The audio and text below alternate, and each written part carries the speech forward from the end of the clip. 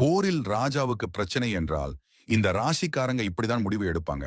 மேஷம் ராசிக்காரர்கள், இந்த ராஜாக்காக சண்டையிடுவதால் பயனுண்டு எனில் போரை வழிநடத்தும் இல்லையேல் வேறு ஒரு ராஜாவை தேர்ந்தெடுத்துக் கொள்ளும்.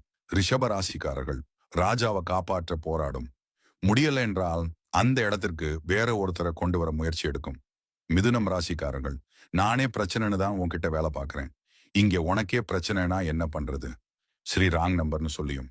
கடக ராசிக்காரர்கள், ராஜாவுக்காக கத்தியழும் கதறியழும் தெரிந்தவர்களிடம் உதவி கேட்கும். ஆனால் ஆயுதமேந்தி சண்டைக்கு வராது. சிம்ம ராசிக்காரர்கள், தற்போதைய பிரச்சனையிலிருந்து வெளியில் வர வேறு ஒரு புதிய பிரச்சனையை அழைத்து செல்லும். கன்னிராசிக்காரர்கள், ராஜாவுக்கு மொக்கையான அறிவுரைகளை அள்ளி வீசி ராஜா இதுவரை செய்த தவறுகளை குத்தி காட்டி மீதி உள்ள உயிரையும் காலி பண்ணிரும். துலாம் ராசிக்காரர்கள், ராஜாவுக்கு அறிவுரை வழங்கிவிட்டு ஓரமாக நின்று வேடிக்கை பார்க்கும். அதன் மூலம் பாடங்களை கற்றுக்கொள்ளும். விருச்சிக ராசிக்காரர்கள், ராஜாவுக்காக ராஜா மாதிரி சண்டையிடும். ஆனால் இந்த ராஜாவிற்கு எதிரியை விட இவர்களை பார்த்தால்தான் பயம் வரும். அதனாலேயே சொந்த ராஜாவுக்கே எதிரியாகி விரட்டப்படும் சூழல் உருவாகும்.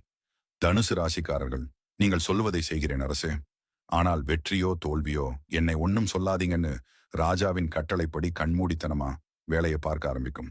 மகர ராசிக்காரர்கள், ராஜாவுக்கு பிரச்சனை வரும்னு தெரிந்த உடனேயே எதிரி நாட்டு மன்னனுடன் நட்பை வளர்த்து கொள்ளும். இதனை ராஜதந்திரம் என்று நியாயப்படுத்திக் கொள்ளும்.